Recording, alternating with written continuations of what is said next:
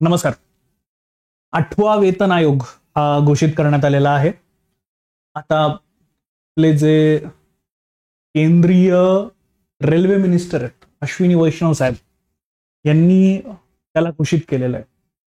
याला जी मान्यता आहे ती 16 जानेवारी 2025 रोजी 8व्या वेतन आयोगाला केंद्रीय मंत्रिमंडळानं म्हणजे कॅबिनेटनं मान्यता दिलेली आहे. कृपया डेट्स नीट लक्षात ठेवा. या गोष्टीचा जो अभ्यास आहे तो आपल्याला एमपीएससीच्या पद्धतीनं करणं आहे. त्याच्यातली बेसिक इन्फॉर्मेशन आपल्याला कुठेही सुटू नाही द्यायची आहे. आपल्या एमपीएससीला डेट्स खूप आवडतात, हे आपल्यासाठी महत्वाचं.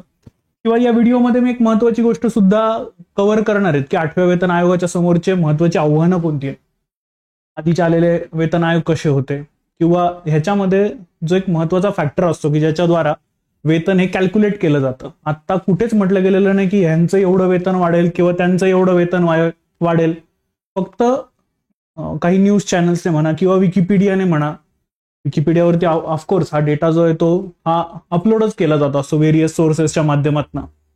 तर तो फॅक्टर म्हणजे काय आणि मग कितीने पगार वाढू शकतोय ह्याचे काही बेसिक आता गोष्टी आलेल्या आहेत, त्यांना आपण ह्या व्हिडिओमधनं समजून घेणार आहोत.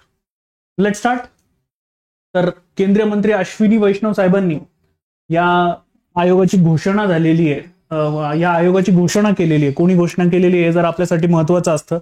डेट कोणी घोषणा केली हे जास्त महत्वाचं. मंत्रिमंडळानं या निर्णयाला मंजुरी दिलेली आहे. त्यावरती ट्विट करत असताना पंतप्रधान नरेंद्र मोदींनी काय शब्द वापरले जरा नीट बघा. 2025 राज्यसेवा मुख्यचा तुम्ही अभ्यास करत असाल तर या ट्विटचा वापर तुम्ही डिरेक्टली तुमच्या आन्सर रायटिंग मध्ये करू शकता. We all are proud of the efforts of government employees who work to build विकसित भारत. भारतामध्ये जी आपली नोकरशाही आहे आणि त्यासाठी जे गव्हर्नमेंट सर्वंट्स काम करतात त्यांच्याबद्दलची मोदींनी पहिले भावना व्यक्त केली. कॅबिनेटने डिसिजन घेतलेला आहे की आम्ही 8वा वेतन आयोग पे कमिशन हा घेऊन येतो. या संदर्भातलीच घोषणा ही अश्विनी वैष्णव साहेबांनी त्यांच्या भाषणादरम्यान केलेली होती. केंद्र सरकारच्या कर्मचाऱ्यांचा महागाई भत्ता रिसेंटली 50% प्लस वाढलेला आहे आणि हा रिसेंटली वाढला तो जानेवारी पासून तो लागू होणार आणि त्याच वेळेला या 8व्या वेतन आयोगाची घोषणा करण्यात आलेली आहे. म्हणजे आता केंद्रातले जे एम्प्लॉई आहेत त्यांचे पाचो उंगलिया घी में और सिर कढाई में असं म्हटलं तरी काही वेगळं ठरणार नाही. डिअरनेस अलाउन्स म्हणजे महागाई भत्ता असतो. तो महागाई भत्ता आता 50% प्लस झालेला आहे. 1 जुलै 2024 पासून केंद्र सरकारचे कर्मचारी आणि निवृत्ती वेतनधारक यांना मूळ वेतनाच्या 53% इतका डिअरनेस अलाउन्स मिळू लागलेला होता. आता या आधी जो वेतन आयोग काम करत होता तो 7वा वेतन आयोग आहे जो 1 जानेवारी 2016 लागू झालेला होता. 7व्या वेतन आयोगाचे अध्यक्ष न्यायमूर्ती अशोक कुमार माथुर हे होते. ते सर्वोच्च न्यायालयाचे निवृत्त न्यायाधीश होते, हे नीट लक्षात ठेवा. त्यात विवेक राय हे पूर्णवेळ सदस्य, रथिन रॉय हे अर्धवेळ सदस्य आणि मीना अग्रवाल हे सचिव होते. रिपोर्ट ज्यांना सबमिट केलेला होता ते अरुण जेटली साहेब त्यावेळेला अर्थमंत्री होते. त्यांना हा रिपोर्ट त्यावेळेच्या 7th पे कमिशननं सबमिट केलेला होता. 28 फेब्रुवारी म्हणजे त्यावेळेला युपीए सरकार होतं. मनमोहन सिंग साहेब त्यावेळेला पंतप्रधान होते. त्यांच्या काळामध्ये हा जो 7वा वेतन आयोग आहे तो गठीत करण्यात आलेला होता. मात्र त्यांनी त्यांचा जो रिपोर्ट आहे तो 18 महिन्यांनी सबमिट केलेला आहे आणि तो सबमिट कोणाला केला तर मग त्यावेळेच्या एनडीए गव्हर्नमेंटला केलेला होता.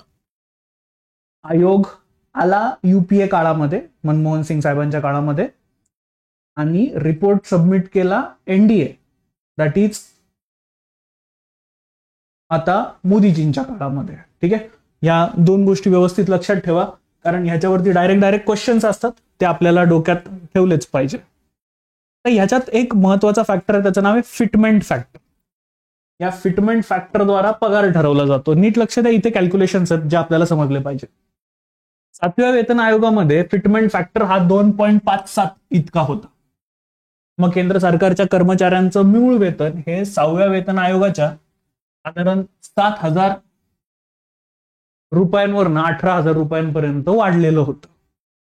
मग एक वृत्तवाहिनी सांगतेय की जर 7व्या वेतन आयोगामध्ये हा फिटमेंट फॅक्टर 2.57 आहे, तर तो 8व्यामध्ये 2.86 वरती जाईल. विकिपीडिया म्हणते की तो 2.91 वरती जाईल. साधारण 0.05 इतका फरक हा दोघीकडे. पण मग जर असा फिटमेंट फॅक्टर हा एवढ्यानं वाढला तर मूळ वेतनात 18,000 रुपयांवरनं 51,480 रुपयांपर्यंत वाढू शकतं. आता याचे लेटेस्ट फिगर्स आणि ऑल हे सगळेच्या सगळे लवकरच येतील. या आयोगाच्या ज्या शिफारसी आहेत त्या शिफारसी या 26 पर्यंत येणं अपेक्षित आहे. मूळ पगाराच्या बघा आता म्हणजे जो तुमची बेसिक सॅलरी असते ना, त्या तुमच्या बेसिक सॅलरीवरती भत्ते, कर्मचारी वेतन हे त्या भत्त्यांमधनं वगळलं जात असतं. वेतन वेगळं, बेसिक पे वेगळा आणि बाकीचे मिळालेले वेतन भत्ते हे वेगळे. त्याच्यामध्ये मग बघा काय काय आहे. डिअरनेस अलाउन्स, महागाई भत्ता आहे, HRA, घर भाडं आहे, वाहतूक भत्ता आहे, ट्रॅव्हलिंग अलाउन्स आहे आणि इतर गोष्टींचा समावेश होतो. तेव्हा 7व्या वेतन आयोगामध्ये हा किमान पगार हा 30,020 रुपये इतका प्रति महिना झालेला होता. किमान म्हणजे मिनिमम एवढं आम्ही सॅलरी देत होतो. आता तो 8व्या वेतन आयोगामध्ये किती वाढतोय, कसा वाढतोय हे बघणं गरजेचं आहे. रिसेंटली आलेल्या या न्यूजपेपरचं कटिंग आहे, ज्याच्यामध्ये मी तुम्हाला इथं सांगितलं होतं बघा की हा फिटमेंट फॅक्टर हा 1.92 इतका असू शकतोय. फिटमेंट फॅक्टर हा असा फॅक्टर असतो की ज्याच्याद्वारा सॅलरी डिसाईड केली जात असते. 8वा वेतन आयोग जेव्हा येणार आहे तेव्हा त्याच्यासमोर आव्हानं पण बरीच असणार आहेत. आता ह्याच्यामधली जी मिनिमम सॅलरी आहे ती 18,000. The current minimum salary is 18,000 which will be possibly revise to 34,560 with a fitment factor of 1.9. आता मिनिमम पेन्शनर्स यांना फिक्स केली जाणार आहे ती म्हणजे 17,280. आता ह्याच्यामध्ये ही जी मिनिमम सॅलरी अँड ऑल हे लोक सांगतात आहेत ना, ती बेसिक पे स्केल आहे बरं का. त्याच्यावरती परत एकदा भत्ते अँड ऑल ऍड होणार आहेत, हे विसरता कामा नये. वेतन आयोग आणि पे कमिशन म्हणजे काय, तर दर 10 वर्षांनी हा वेतन आयोग येत असतो. वेतन आयोग हा केंद्र सरकारचे जे कर्मचारी आहेत किंवा संरक्षण क्षेत्रात जे काम करणारे कर्मचारी आहेत तर यांचं वेतन, भत्ते, पेन्शन यांमधल्या बदलांचं मूल्यांकन करतो आणि भारत सरकारला शिफारसी देतो की हा पगार आपण इतक्यानं वाढला पाहिजे, इतक्यानं तो इन्क्रीज झाला पाहिजे. लास्ट टाइम एमपीएससी मध्ये क्वेश्चन पण आलेला होता की अचानक आय थिंक इयर 1997 होतं, त्याला जरा रिव्ह्यू केलं पाहिजे. त्या प्रश्नाचं उत्तर मात्र असं होतं की त्यावेळेला केंद्र सरकारनं वेतन आयोग आणलेला होता आणि त्या वेतन आयोगामुळे अचानक सेवा क्षेत्रामध्ये पैसा मोठ्या प्रमाणात आला आणि दॅट्स वाय त्यावेळेला इन्फ्लेशन सुद्धा दणकन वधारलेलं होतं. या शिफारसींचं उद्दिष्ट आर्थिक परिस्थिती, चलनवाढ, बदलत्या सामाजिक गरजांच्या अनुषंगानं वाजवी भरपाई सुनिश्चित करणं हा आहे. केंद्र सरकार दर 10 वर्षांनी हा असा वेतन आयोग जो आहे तो आणत असतं. आपल्यासाठी हे पेज खूप जास्त महत्वाचं आहे की पहिलं पे कमिशन कधी आलं, 47ला. त्यानं शिफारसी 59 पर्यंतच्या आणि त्याचे हे हेड होते. त्यानंतर मग दुसरं, त्यानंतर मग तिसरं, चौथं, 5वं, 6वं आणि शेवटचं हे 7वं. आपल्यासाठी हे पेज खूप जास्त महत्वाचं आहे. याचा प्लीज एक स्क्रीनशॉट काढून ठेवा आणि कुठेतरी याला तुम्ही सगळ्यांनी नक्की लिहून ठेवा. मग आता हे जे असं 8वा वेतन आयोग येतोय, आता 2025च्या दृष्टीनं जर आपण विचार करायचा ठरला तर या 8व्या वेतन आयोगाच्या समोरची महत्वाची आव्हानं कोणती आहेत, तर सर्वात पहिलं आणि महत्वाचं आव्हान आहे ते म्हणजे की 1.1 कोटी कर्मचाऱ्यांना डोळ्याच्या समोर ठेवून आणि पेन्शनधारकांना डोळ्याच्या समोर ठेवून त्यांना या सर्वच्या सर्व पॉलिसी तयार कराव्या लागणार आहेत. खऱ्या अर्थानं आपल्याकडे असणारे जे अधिकारी कर्मचारी आहेत त्यांचा गव्हर्नन्समध्ये सगळ्यात महत्वाचा वाटा आहे. त्यामुळं कुठेतरी त्यांना जर विश्वास केंद्र सरकार देऊ शकलं तर ऑफकोर्स त्यामुळे इकॉनॉमीला पण बूस्ट मिळणार आहे. म्हणजे जसं पंतप्रधान नरेंद्र मोदी साहेबांनी ट्विटमध्ये वाक्य वापरलेलं होतं विकसित भारत, त्यात एक लक्षात घेणं गरजेचं आहे की हे 1.1 कोटी कर्मचारी जे आहेत त्यांचा जर पगार वाढला तर त्यांचं कंझम्पशन सुद्धा वाढणार आहे आणि हे वाढलेलं कंझम्पशन हे भारतीय अर्थव्यवस्थेसाठी एक पंपिंग करणारं गोष्ट ठरणार आहे. म्हणजे ती दणकन अर्थव्यवस्थेला वाढवू शकणार आहे. अर्थव्यवस्थेमध्ये पैसा जर मोठ्या प्रमाणामध्ये आला तर ऑफकोर्स लोकांची बाईंग कपॅसिटी वाढणार आहे.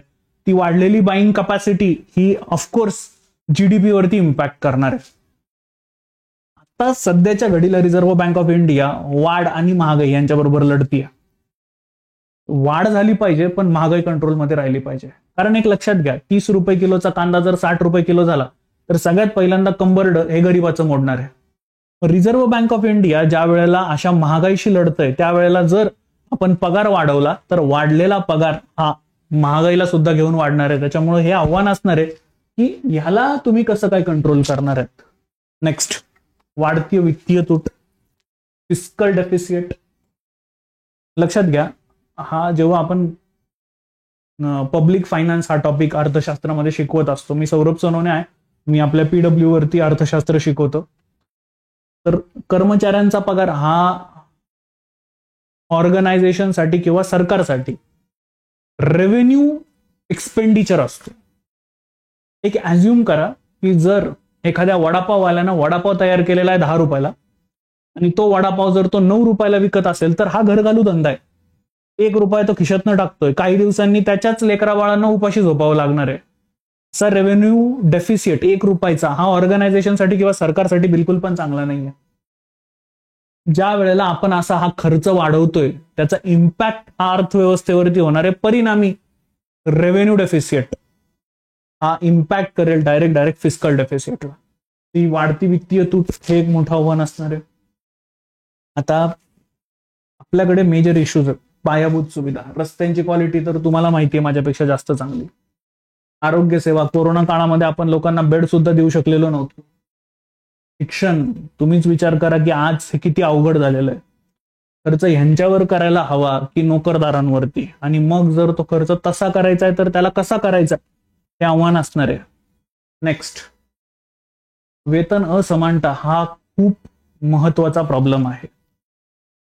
बघा, म्हणजे गट ड साठीचा पगार आणि गट अ साठीचा पगार याच्या जमीन आसमानचा फरक आहे. मागे एक खूप प्रसिद्ध IPS अधिकारी, त्यांच्या जीवनावरती एक खूप छान मूवी पण आलेला होता. त्यांनी एका कार्यक्रमातच सांगितलेलं होतं की एका IPS वरती सरकार महिन्याला 5 ते 7 लाख रुपये खर्च करत असतं. तुम्ही विचार करा, आता हे 5 ते 7 लाख रुपये अजून वाढणार आहेत. या वेळेला प्रश्न तो आहे की वेतन असमानता किती असेल, खालच्या ग्रेडचा पगार आणि वरच्या ग्रेडचा पगार, ह्याच्यासाठी हा 8वा वेतन आयोग काय करणार आहे हे बघणं महत्वाचं आहे. लास्ट, पगार हा नेमका कोणत्या समूहाचा आणि किती वाढवायचा. काही दिवसांपूर्वी स्पेसशी निगडीत एक खूप छान मूवी आलेला होता. जर ते व्यक्ती इस्रोमध्ये टिकले नसते आणि जर ते फॉरेन इन्स्टिट्यूशन मध्ये गेले असते, एखाद्या मोठ्या स्पेस रिसर्च इन्स्टिट्यूट मध्ये गेले असते, तर कदाचित ते खूप मोठ्या स्तरावरती पोहोचले असते. पण देशाची भावना म्हणून ते इस्रोमध्येच टिकून राहिले. मग रिसर्च अँड डेव्हलपमेंट मध्ये काम करणाऱ्या अशा अनेक संस्था आहेत, त्याच्यातले सायंटिस्ट यांच्या पगाराकडे लक्ष दिलं जाणार की या स्टील फ्रेम मध्ये असणाऱ्या सर्वात महत्वाच्या व्यक्तींच्या सॅलरीजकडे लक्ष दिलं जाणार. कोणाचा पगार महत्वाचा वाढणार? देश घडवणाऱ्या शिक्षकांचा वाढणार की त्याच वेळेला जे असे मंडळी आहेत की जे समोर दिसत नाहीत पण बॅकएंडला त्यांचं काम खूप जास्त महत्वाचं आहे. अगदी मी क्लर्क पासून ते पिऊन पर्यंत बोलेन. या सर्व मंडळींच्या पगारांबाबत सरकार काय करणार आहे हे सगळ्यात महत्वाचं आव्हान या 8व्या वेतन आयोगासमोर असणार आहे. मित्रांनो, मी सौरभ सोनवणे, मी पीडब्ल्यू वरती शिकवतो. तुम्हाला हे सत्र कसं वाटलं ते सांगायला विसरू नका. नक्कीच 8व्या वेतन आयोगावरती अजून भरपूर साऱ्या गोष्टी येत्या काळामध्ये होणार आहेत, त्या आपण पूर्ण करण्याचा प्रयत्न करणार आहोत. तुम्हा सगळ्यांना तुमच्या अभ्यासासाठी खूप साऱ्या शुभेच्छा. जय हिंद, जय महाराष्ट्र.